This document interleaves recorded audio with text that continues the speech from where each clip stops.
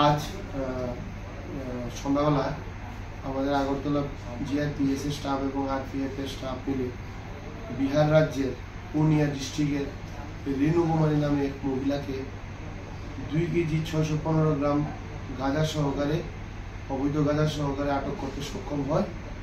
আমরা তাকে ডিটেইন করেছি এবং তার বিরুদ্ধে একটি এনডিপিএস ধারায় মামলা গ্রহণ করেছি। তাকে আমরা আগামীকাল আদালতে প্রেরণ করব।